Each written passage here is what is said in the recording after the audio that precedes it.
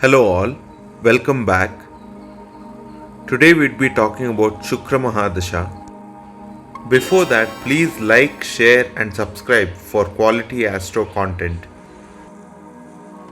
Maharshi Parashara has many shlokas in regard to Shukra Mahadasha, both good effects and bad effects. I'm going to take you through the same right now. Paramochagate Shukre Svoche Swakshetra Kendrage Nrupabhisheka Samprapti Vahanambara Bhushanam गजाश्व पशुलाभं च नित्यं मिष्टान्न भोजनम अखंड मंडलाधीश राजसन्मान वैभवम. The Rishi has many more shlokas continuing these shlokas. However, since it would become long, I would just put them in English for you. If Venus is in the sign of exaltation, Venus gets exalted in Pisces, or own sign. The own sign of Venus is Taurus, or in a Kendra or Trikona. Kendra means 4th house, the 7th house, or the 10th house. 1, 4, 7, 10 is the Kendra, and Trikona 1, 5, 9. Venus is in 1st house, or the 5th house, or the 9th house. Then the Rishi says in his dasha there would be honors by the king, acquisition of vehicles, extravagant clothing, apparel, jewelry, acquisition of elephants, horses, and cows. The native will live like a king or become a king even. Point to be noted here is, while in the Venus Mahadasha, these are the general things that are listed. When you go deep dive into a horoscope, say for a Gemini ascendant, Venus gets debilitated in Virgo, but it's also a Kendra. Sometimes Venus can be conjoined with a malefic planet. Sometimes Venus can be badly placed in other ways, depending on the Lagna and other things. So, this is more generic. You'll also have to assess the other factors to see to what extent these things are going to come into effect. Like I told you earlier, that there's a long list of shlokas of what will come to you in the Mahadasha of the Venus. So I have just listed 2 shlokas. The other ones I'm just going to deep dive in the next few minutes in this video without the shlokas, simply because it's too long for me to state every shloka and then go shloka by shloka. If Venus is in the sign of Mula Trikona, Libra happens to be the Mula Trikona sign for Venus.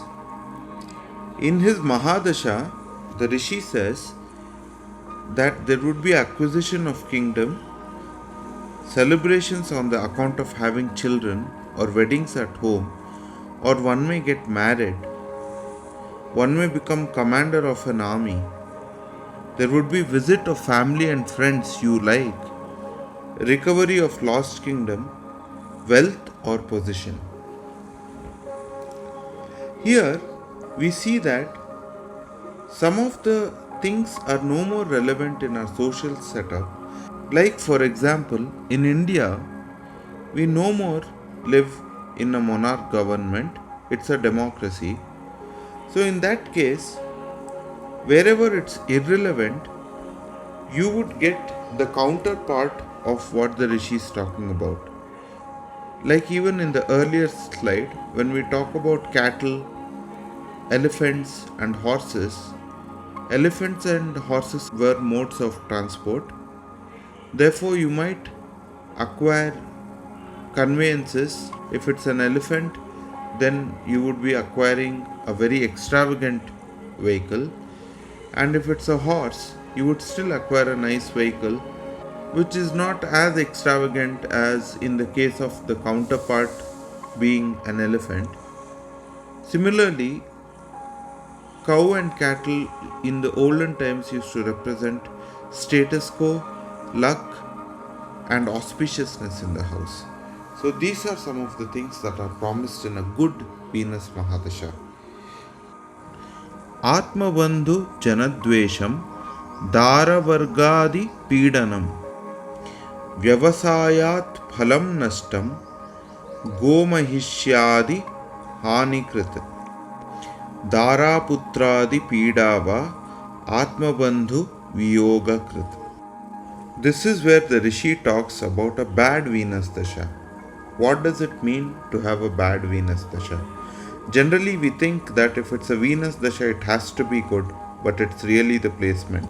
If Venus is in the 6th, 8th, or 12th houses, so for this chart, the Dustanas would be Aquarius, Aries, and Leo.